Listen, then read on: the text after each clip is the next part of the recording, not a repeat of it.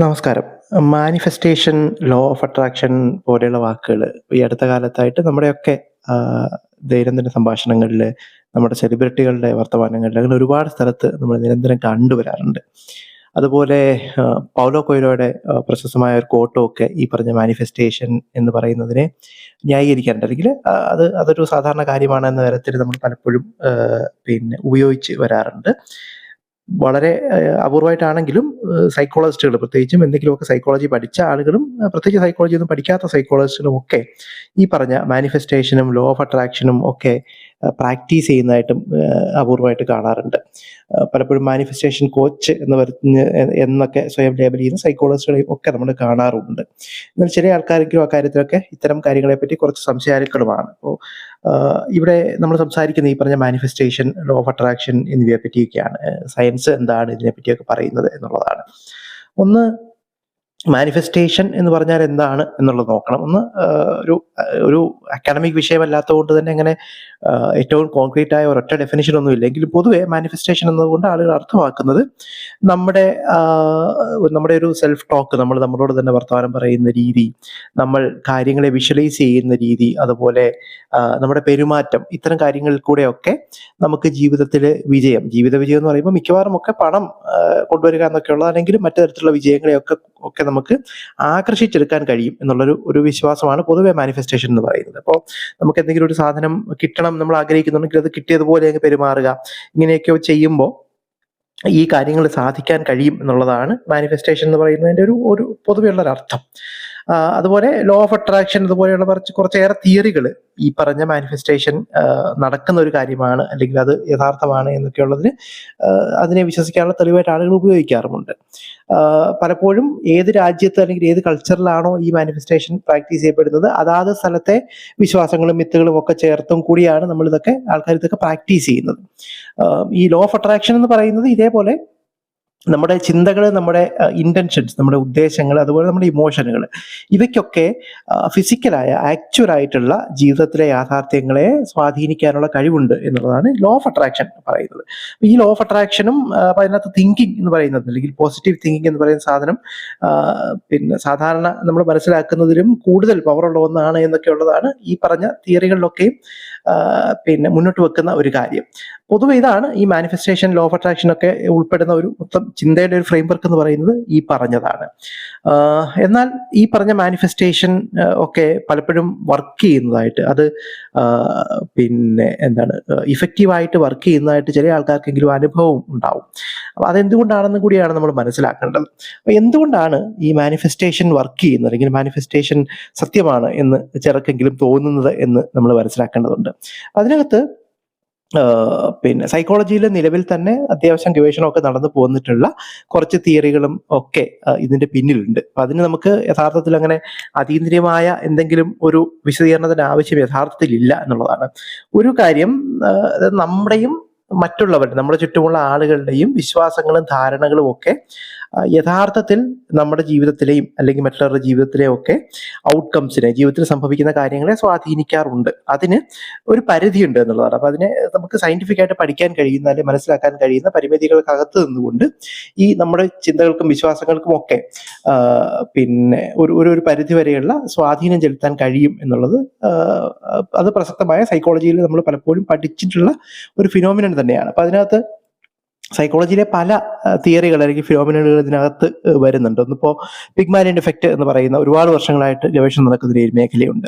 ഇപ്പോൾ പിഗ്മാലിയൻ എഫക്റ്റിന്റെ പഠനങ്ങൾ കൂടുതലും സ്കൂൾ അന്തരീക്ഷങ്ങളിൽ നിന്നൊക്കെയാണ് വന്നിട്ടുള്ളത്. ടീച്ചർമാര് കുട്ടികളെ പറ്റി വെച്ച് പുലർത്തുന്ന വിശ്വാസങ്ങൾ, അത് അവരെ അറിഞ്ഞോ അറിയാതെയോ കുട്ടികളിലേക്ക് അവരുടെ എക്സ്പെക്ടേഷൻസ്, നിങ്ങൾ നല്ല കുട്ടികളാണ് അല്ലെങ്കിൽ നിങ്ങൾ അത്ര മോശമാണ് എന്നൊക്കെയുള്ള എക്സ്പെക്ടേഷൻസ് കുട്ടികളിലേക്ക് പകർന്നു കൊടുക്കപ്പെടുകയും ഈ എക്സ്പെക്ടേഷൻസ് കുട്ടികളുടെ പെർഫോമൻസിനെ, അക്കാഡമിക് പെർഫോമൻസിനെ, ആത്മവിശ്വാസത്തിനെ ഒക്കെ ബാധിക്കുന്ന തരത്തിലേക്ക് മാറാറുണ്ട്.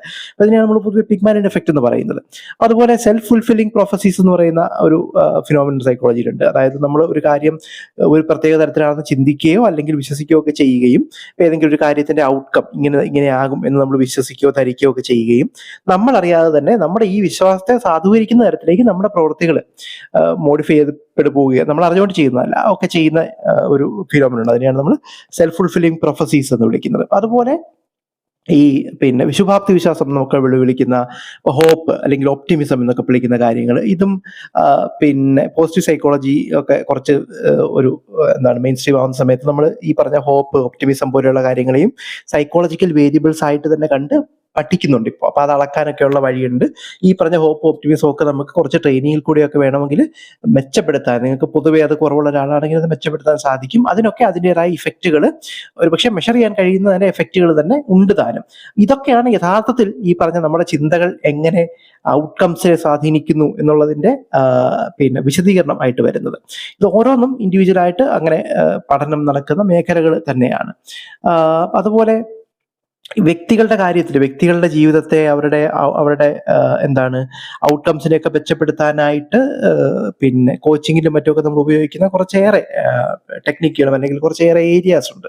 ഉദാഹരണത്തിന് സെൽഫ് എഫിക്കസി എന്ന് പറയുന്ന ഒരു മേഖലയുണ്ട്.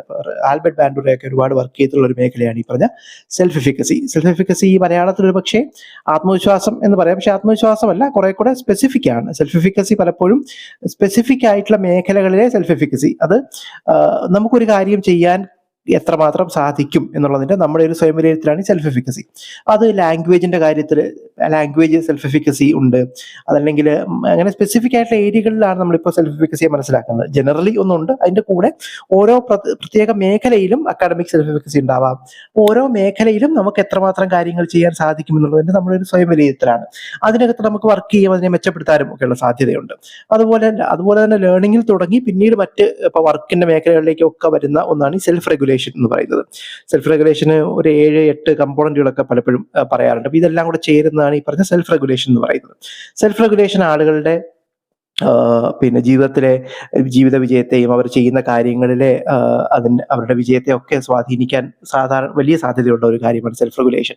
അതൊരു സ്കില്ലാണ്. നമ്മൾ ലൈഫ് സ്കിൽ എന്നൊക്കെ പറയുന്ന ഒരു കൂട്ടം സ്കില്ലുകളാണ് സെൽഫ് റെഗുലേഷൻ സ്കില്ലുകൾ. അവയുടെ മേൽ നമുക്ക് വർക്ക് ചെയ്യാനും അവയെ മെച്ചപ്പെടുത്താനും ഒക്കെ കഴിയുന്നതാണ്. അതുപോലെ ഇമോഷൻ റെഗുലേഷൻ, നമ്മൾ പലപ്പോഴും അധികം അങ്ങോട്ട് അപ്രീഷിയേറ്റ് ചെയ്യപ്പെടാതെ പോകുന്ന ഒരു കാര്യമാണ് ഇമോഷൻ റെഗുലേഷൻ. നമുക്ക് എത്രമാത്രം നമ്മുടെ ഇമോഷൻസിനെ മനസ്സിലാക്കാനും അവയെ മാനേജ് ചെയ്യാനും ഒക്കെ സാധിക്കുന്നു എന്നുള്ളത് യഥാർത്ഥത്തിൽ നമ്മുടെ പ്രവൃത്തികളെ വിജയിപ്പിക്കുന്നതിൽ വലിയ പങ്ക് വഹിക്കുന്ന ഒരു കാര്യമാണ്. അതുപോലെ ഈ സെൽഫ് ടോക്ക് എന്ന് പറയുന്ന ഒരു സാധനം നമ്മൾ തെറാപ്പിയിലൊക്കെ നിരന്തരം അഡ്രസ് ചെയ്യുന്ന ഒന്നാണ്. നമ്മൾ പലപ്പോഴും നിരന്തരം നമ്മളോട് സ്വയം സംസാരിക്കാറുണ്ട്. അപ്പൊ അത് ചിലതൊക്കെ നെഗറ്റീവ് ആയിരിക്കും. നെഗറ്റീവ് ആകുന്നത് തന്നെ എപ്പോഴും മോശമാണെന്നല്ല, എന്നാൽ ഇറാഷണലി നെഗറ്റീവ് ആയിട്ടുള്ള നമ്മുടെ സ്വയം സംസാരം പലപ്പോഴും നമുക്ക് തെറാപ്പിയിലൊക്കെ നമ്മളെ കണ്ടുപിടിച്ച് അഡ്രസ് ചെയ്യുന്ന ഒന്നാണ്. അപ്പൊ ഈ പറഞ്ഞ കാര്യങ്ങളിലൊക്കെ വർക്ക് ചെയ്യുന്നത് യഥാർത്ഥത്തിൽ ഈ മാനിഫെസ്റ്റേഷൻ കൊണ്ടോ അല്ലെങ്കിൽ അങ്ങനെയുള്ള ഏതെങ്കിലുമൊക്കെ പ്രവൃത്തികൾ കൊണ്ടോ നമുക്ക് കിട്ടുന്നു എന്ന് നമ്മൾ വിചാരിക്കുന്ന അല്ലെങ്കിൽ അങ്ങനെ പറയപ്പെടുന്ന പല ഇഫക്റ്റുകളും ഉണ്ടാക്കിയെടുക്കാൻ കഴിയുന്നവയാണ്. അപ്പൊ അതിന് ഏതെങ്കിലും തരത്തിലുള്ളൊരു അതീന്ദ്രിയമായ ഒരു വിശദീകരണത്തിന് ആവശ്യം യഥാർത്ഥത്തിൽ ഇല്ല. അപ്പൊ പിന്നെ വരുന്ന ഒരു ചോദ്യം, ഇനി ഒരാൾ മാനിഫെസ്റ്റേഷനോ അങ്ങനെയുള്ള ഏതെങ്കിലും ഒരു പ്രാക്ടീസ് ചെയ്യുന്നതിൽ കൂടിയോ അല്ലെങ്കിൽ ഈ പറഞ്ഞ കാര്യങ്ങളിൽ കൂടെയോ ഒരാൾക്ക് പോസിറ്റീവ് എഫക്റ്റുകൾ വരുന്നുണ്ടെങ്കിൽ പിന്നെ നമ്മൾ എന്തിനാണ് ഇതിനെയൊക്കെ വേർതിരിച്ച് കാണുന്നത്? പേരിൽ എന്താണ് പ്രശ്നം എന്നുള്ള ഒരു ചോദ്യമുണ്ട്. അതിനെപ്പറ്റി ഇപ്പൊ മാനിഫെസ്റ്റേഷൻ എന്ന് പറയുന്നത് ഈ പറഞ്ഞ ഒരു അക്കാഡമിക് പ്രാക്ടീസ് അല്ലാത്തതുകൊണ്ട് തന്നെ അതിനകത്ത് ഒരുപാട് റിസർച്ച് ഒന്നും അങ്ങനെ നേരത്തെ ഉണ്ടായിട്ടുണ്ടായിരുന്നില്ല. പക്ഷെ ഈ അടുത്തായിട്ട് ഇപ്പോൾ 2025 ഒരു വലിയ വർക്ക് വന്നിട്ടുണ്ട്. അതുപോലെ 2026 1-2 പേപ്പറുകളൊക്കെ വന്നിട്ടുണ്ട്. ഇതിനകത്തൊക്കെ നമ്മൾ കാണുന്ന ഒരു കാര്യം, ഒന്ന് മാനിഫെസ്റ്റേഷൻ പ്രാക്ടീസ് ചെയ്യുന്ന ആളുകളുടെ ഇടയിൽ നടത്തിയ വലിയ ലാർജ് സ്കെയിൽ സർവേകളിൽ നമ്മൾ കണ്ടെത്തിയ ഒരു കാര്യം, ഈ മാനിഫെസ്റ്റേഷൻ എന്ന് പറയുന്ന സാധനത്തിന് 2 കമ്പോണന്റാണ് ഉള്ളത്. ഒന്ന് ഈ ആദ്യത്തേത് പേഴ്സണൽ പവർ എന്നൊക്കെ നമ്മൾ പറയുന്ന നേരത്തെ നമ്മൾ പറഞ്ഞ ഒരു കാര്യമാണ്. മറ്റൊന്ന് കോസ്മിക് കൊളാബറേഷൻ എന്ന് വിളിക്കുന്ന ഒരു കണ്ടന്റ് ആണ്. അതായത് നമ്മൾ എഫർട്ട് ഇടുന്നു, അതിന്റെ കൂടെ ഒരു കോസ്മിക് പവർ നമ്മുടെ കൂടെ കൊളാബറേറ്റ് ചെയ്ത് വർക്ക് ചെയ്യുന്നു എന്നുള്ള തോന്നലാണ്. ഇതിനകത്ത് ഈ രണ്ടാമത്തെ ഘടകം യഥാർത്ഥത്തിൽ കുറച്ച് പ്രശ്നങ്ങൾക്ക് സാധ്യതയുള്ളതാണ്. കാരണം അതൊരു സ്ലിപ്പറി സ്ലോപ്പാണ്. ഒരുപക്ഷെ നമ്മളെ മറ്റ് പലതരത്തിലുള്ള പ്രശ്നങ്ങളിലേക്ക് അല്ലെങ്കിൽ ചൂഷണങ്ങളിലേക്ക് നയിക്കാനുള്ള സാധ്യത ഈ പറഞ്ഞ കോസ്മിക് കൊളാബറേഷൻ എന്ന് പറയുന്ന കമ്പോണന്റിനുണ്ട്. അപ്പോ അവിടെയാണ് ഇപ്പൊ സ്യൂഡോ സയൻസുകളും മറ്റുമൊക്കെ ഇതിനകത്തേക്ക് കടന്നു വരാനുള്ള സാധ്യതയും. അതുകൊണ്ടാണ് നമ്മൾ പലപ്പോഴും ഇത്തരം പ്രാക്ടീസുകൾ ആളുകൾ വളരെ കാര്യമായിട്ടൊക്കെ മാർക്കറ്റ് ചെയ്യുമ്പോൾ നമ്മൾ ശ്രദ്ധിക്കേണ്ടി വരുന്നത്. അപ്പോൾ ഈ പറഞ്ഞ പോലെ പഠനങ്ങളിൽ കൂടെ നമ്മളൊരു കാര്യം, ഈ പറഞ്ഞ മാനിഫെസ്റ്റേഷൻ ഒക്കെ നിരന്തരം പ്രാക്ടീസ് ചെയ്യുന്ന ആളുകൾക്ക് പൊതുവെ ജീവിതത്തെ പറ്റിയുള്ള പോസിറ്റീവ് എക്സ്പെക്ടേഷൻസ് ഒക്കെ കൂടുതലായിട്ടുള്ളതായിട്ടും കണ്ടിട്ടുണ്ട്. അതും ഒരു പക്ഷേ നല്ലതായിരിക്കും.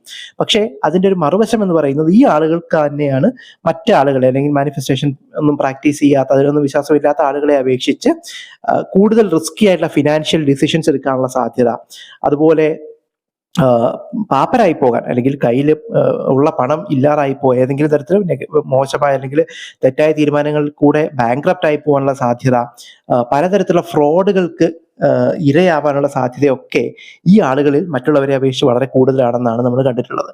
അതുകൊണ്ട് തന്നെയാണ് ഈ പറഞ്ഞ ഈ ലേബലുകളെയും അല്ലെങ്കിൽ നമ്മൾ എങ്ങനെയാണ് ഈ സാധനങ്ങളെ സമീപിക്കുന്നത് എന്നുള്ളത് പ്രസക്തമാകുന്നത്. അപ്പോൾ അതുകൊണ്ട് തന്നെ പിന്നെ ഏതെങ്കിലും തരത്തിലുള്ള നിങ്ങളുടെ ചിന്തകൾ കൊണ്ട് മാത്രം വലിയ മാറ്റങ്ങൾ വരും എന്ന് നമ്മൾ വിശ്വസിക്കുമ്പോൾ അതിന്റെ കൂടെ തന്നെ ഈ പറഞ്ഞ പോലെ പലതരത്തിലുള്ള ചൂഷണങ്ങൾക്ക് നമ്മൾ ഇരയാകാനുള്ള സാധ്യതയും കൂടെ കൂടി വരുന്നുണ്ട്. അതുപോലെ ഈ പോസിറ്റീവ് തിങ്കിങ് എന്ന് പറയുന്ന അല്ലെങ്കിൽ നമ്മുടെ ചിന്തകളിലും നമ്മുടെ ഇമോഷൻസിലും മാത്രം നമ്മുടെ ജീവിത വിജയത്തെയോ നമ്മുടെ ഔട്ട്കംസിനെയോ ഒക്കെ കൊണ്ട് കിട്ടുന്നതിനകത്തുള്ള ഒരു സ്ട്രക്ചറൽ പ്രശ്നം കൂടിയുണ്ട്. അതായത് ചിന്തകൾ അല്ലെങ്കിൽ പേഴ്സണൽ ആയിട്ടുള്ള വ്യക്തികളുടെ ചിന്തകൾ മാത്രമൊന്നും അല്ല അവരുടെ ജീവിതത്തിലെ ഔട്ട്കംസിനെ തീരുമാനിക്കുന്നത്. അതിനകത്ത് ആ സമൂഹത്തിൽ അവര് എന്ത് സോഷ്യോ എക്കണോമിക് കാറ്റഗറിയിലാണ് ജനിച്ചു വളർന്നത്, ഇന്ത്യയിലൊക്കെ ആണെങ്കിൽ അവർ ഏത് ജാതി വിഭാഗത്തിൽപ്പെട്ട ആളുകളാണ്, അവർ എത്രമാത്രം പ്രിവിലേജായ സാഹചര്യങ്ങളിലൂടെ കടന്നു വന്നിട്ടുണ്ട്, ഫാമിലി ഈ സപ്പോർട്ട്, ചൈൽഡ്ഹുഡ് എക്സ്പീരിയൻസ്, ഇങ്ങനെയുള്ള ഒരുപാട് കാര്യങ്ങൾ ചേർന്നിട്ടാണ് നമ്മുടെ ജീവിതത്തിലെ ഔട്ട്കംസിനെ തീരുമാനിക്കുന്നത്. അപ്പൊ അവിടെ നിങ്ങളുടെ പോസിറ്റീവ് തിങ്കിങ് മാറ്റിയാൽ അല്ലെങ്കിൽ നിങ്ങളുടെ തിങ്കിങ് പാറ്റേൺ മാറ്റിയാൽ മാത്രം നിങ്ങളുടെ ജീവിതം മൊത്തത്തിൽ മാറ്റിമറിക്കാം എന്ന്, അല്ലെങ്കിൽ അതിനകത്തൊരു കോസ്മിക് കൊളാബറേഷനോട് നമുക്ക് മാനിഫെസ്റ്റ് ചെയ്ത് നിങ്ങളുടെ പ്രശ്നങ്ങളെ ഇല്ലാതാക്കാമെന്ന് നമ്മൾ വിചാരിക്കുമ്പോൾ പലപ്പോഴും യഥാർത്ഥ പ്രശ്നങ്ങളെ അഡ്രസ് ചെയ്യപ്പെടാതെ അല്ലെങ്കിൽ സോഷ്യലായിട്ടുള്ള പല പ്രശ്നങ്ങളെയും കൂടി നമ്മൾ അഡ്രസ് ചെയ്യപ്പെടാതെ പോവുകയും ചെയ്യുന്നുണ്ട്. അതുകൊണ്ടാണ് മാത്രമല്ല പലപ്പോഴും വളരെ സീരിയസ് ആയ എക്സ്റ്റേണൽ ഹെൽപ്പ് വേണ്ടി വരുന്ന ആളുകളാണ് വളരെ എളുപ്പത്തിൽ തങ്ങളുടെ പ്രശ്നങ്ങൾ പരിഹരിക്കാം എന്ന ഒരു പ്രതീക്ഷയിൽ ഇത്തരത്തിലുള്ള പ്രാക്ടീസുകളിലേക്ക് വീണു പോകുന്നത് എന്നുള്ളൊരു പ്രശ്നം കൂടിയുണ്ട്. അതുകൊണ്ടൊക്കെയാണ് നമ്മൾ ഈ ഉപയോഗിക്കുന്ന വാക്കുകളുടെ ലേബലുകളുടെ പിന്നെ ഒരു പ്രശ്നം കൂടി നമ്മൾ മനസ്സിലാക്കേണ്ടത്. അപ്പോൾ അതുകൊണ്ട് തന്നെയാണ് ഒരു പക്ഷേ ഇത്തരം പ്രാക്ടീസുകളെ കുറച്ചും കൂടെ സയന്റിഫിക് ആയിട്ടുള്ള എവിഡൻസിന്റെ അടിസ്ഥാനത്തിൽ നമ്മൾ എന്താണ് പരിശോധിക്കേണ്ടി വരുന്നത്. ഈ ഇനിയിപ്പോൾ ഈ പറഞ്ഞ മൈൻഡ്ഫുൾനെസ് മാനിഫെസ്റ്റേഷൻ അല്ലെങ്കിൽ ലോ ഓഫ് അട്രാക്ഷൻ പോലുള്ള സാധനങ്ങളെ പറ്റി നമ്മൾ ശ്രദ്ധിക്കേണ്ട ഒരു കാര്യം എന്നുള്ളത്, ഒന്ന് ഇത്തരം എന്തെങ്കിലും ഇടപെടലുകൾ നമ്മുടെ ജീവിതത്തിൽ ആവശ്യമുണ്ടെന്ന് നമുക്ക് തോന്നുകയാണെങ്കിൽ it also could mean that നമുക്ക് വളരെ പ്രധാനപ്പെട്ട ചില പ്രശ്നങ്ങൾ ജീവിതത്തിൽ ഉണ്ടാവാം. പക്ഷെ അവയെ അഡ്രസ്സ് ചെയ്യാൻ നമ്മൾ എളുപ്പ വഴിയിൽ പോകുന്നതിന് പകരം എന്താണ് നമ്മുടെ പിന്നെ മൊത്തം നമ്മുടെ ഫങ്ഷനിങ്ങിലെ ഒരു ബുദ്ധിമുട്ടുള്ള ഏരിയാസ് എന്ന് കണ്ടെത്തി അതിനകത്ത് സ്പെസിഫിക് ആയിട്ടുള്ള മാറ്റങ്ങൾ വരുത്താനുള്ള ശ്രമങ്ങളാണ് വരേണ്ടത്. ഇപ്പൊ പലപ്പോഴും ഞാൻ നേരത്തെ പറഞ്ഞ സെൽഫ് എഫിക്കസി അല്ലെങ്കിൽ നമ്മുടെ ഇമോഷൻ റെഗുലേഷൻ, അതുമല്ലെങ്കിൽ നമ്മുടെ സെൽഫ് റെഗുലേഷൻ സ്കില്ലുകൾ, ഇവയിലൊക്കെയുള്ള ഏതെങ്കിലും ഉള്ള കുറവുകൾ കൊണ്ടോ അല്ലെങ്കിൽ അവയൊക്കെ മെച്ചപ്പെടുത്തുന്നത് കൊണ്ട് തന്നെ നമുക്ക് പലപ്പോഴും ജീവിതത്തിലെ നമ്മുടെ പേഴ്സണൽ ലൈഫിലെയും പ്രൊഫഷണൽ ലൈഫിലെയും അക്കാഡമിക് ലൈഫിലേക്ക് ഒരുപാട് പ്രശ്നങ്ങളെ അഡ്രസ്സ് ചെയ്യാനും ഈ പ്രശ്നങ്ങൾ പരിഹരിക്കാനും സാധിക്കും. അപ്പൊ അത് കൊണ്ടുള്ള സ്പെസിഫിക് ആയിട്ടുള്ള ശ്രമങ്ങളാണ് യഥാർത്ഥത്തിൽ നമ്മൾ നടത്തേണ്ടത്. അതിന് ഇപ്പൊ നമ്മുടെ ഡെയിലി ലൈഫിനെ തന്നെ ബാധിക്കുന്ന തരത്തിൽ ഇത്തരം ഫങ്ഷനിങ് പിന്നെ എന്താണ് ബാധിക്കപ്പെട്ടു പോയിട്ടുണ്ടെങ്കിൽ പ്രൊഫഷണൽ ഹെൽപ്പ് എടുക്കുന്നതിൽ പോലും തെറ്റില്ല. അതേസമയം ഈ പറഞ്ഞ പോലെ കുറെ കൂടെ ട്രാൻസ്ഫർമേഷനിലെ മാജിക്കലായ ഏതെങ്കിലും ഒക്കെ മാറ്റങ്ങൾ കൊണ്ടുവരാനുള്ള ശ്രമങ്ങളെക്കാൾ പലപ്പോഴും കുറച്ചും കൂടെ സമയമെടുക്കുന്ന, കുറച്ചും കൂടെ ഒരുപക്ഷെ അത്രയും ഈ മാനിഫെസ്റ്റേഷനൊക്കെ പോലെ അത്ര ഫന്റാസ്റ്റിക്കൽ അല്ലാത്ത കുറച്ച് ബോറിംഗ് ആയിട്ടുള്ള തെറാപ്പി പോലെയുള്ള പ്രോസസ്സുകളിലൂടെയൊക്കെ ആയിരിക്കും നമ്മൾ ചിലപ്പോൾ കടന്നു പോകേണ്ടി വരിക. അതുപോലെ നിങ്ങളൊരു സൈക്കോളജിസ്റ്റ് ആണെങ്കിൽ ഈ മാനിഫെസ്റ്റേഷൻ അല്ലെങ്കിൽ ഇങ്ങനെയൊക്കെയുള്ള വാക്കുകളും പ്രയോഗങ്ങളും ഒക്കെ വളരെ കോമൺ ആയിട്ട് വളരെ പോപ്പുലർ ആയതുകൊണ്ട് അവയെ നിങ്ങളുടെ പ്രാക്ടീസിൽ ഉപയോഗിക്കുന്നത് പിന്നെ ഒരു തരത്തിലും പ്രൊഫഷണലി അത്ര പ്രോത്സാഹിപ്പിക്കാവുന്നൊരു കാര്യമല്ല. അപ്പൊ അതുകൊണ്ട് പ്രത്യേകിച്ച് കുഴപ്പമൊന്നുമില്ലല്ലോ, ആളുകൾക്ക് ഗുണം കിട്ടുന്നതിൽ കിട്ടിക്കോട്ടെ എന്ന തരത്തിൽ ഉപയോഗിച്ചു കഴിഞ്ഞാൽ ഞാൻ നേരത്തെ പറഞ്ഞ പോലെ ഉള്ള ഒരു വാതിൽ തുറന്നു വരികയാണ് അവിടെ. പലതരത്തിലുള്ള സ്യൂഡോ സയൻസിന്റെയും എക്സ്പ്ലോയിറ്റേഷന്റെയും ഒക്കെ സാധ്യതകൾക്കുള്ള വാതിലും കൂടെ അവിടെ തുറന്നു വിടുകയാണ്. അപ്പൊ നിങ്ങളൊരു പ്രൊഫഷണൽ ആണെങ്കിലും ഇത്തരത്തിലുള്ള അധികം എവിഡൻസ് ബേസ് ഒന്നും ഇല്ലാത്ത എന്നാൽ പൊട്ടൻഷ്യൽ ആയിട്ടുള്ള പ്രശ്നങ്ങളുള്ള ടെർമിനോളജിയും ഒക്കെ ഉപയോഗിക്കുന്നതിന് പകരം കുറച്ചുകൂടെ എവിഡൻസ് ബേസ്ഡ് ആയിട്ടുള്ള പിന്നെ തെറാപ്പിയിൽ തന്നെ ഉപയോഗിക്കാവുന്ന ടെക്നിക്കുകളും മറ്റൊക്കെയാണ് ഉപയോഗിക്കുന്നതാണ് കൂടുതൽ എത്തിക്കലായിട്ടുള്ള പ്രാക്ടീസ് എന്നുള്ളതാണ്. ഇതാണ് മാനിഫെസ്റ്റേഷൻ അല്ലെങ്കിൽ ലോ ഓഫ് അട്രാക്ഷൻ എന്നൊക്കെയുള്ള സാധനങ്ങളുടെ സൈക്കോളജിയുടെ ഭാഗം എന്താണ് എന്നുള്ളതിനെ പറ്റി വിശദീകരിക്കാൻ ശ്രമിച്ചതാണ്. കേട്ടതിന് നന്ദി.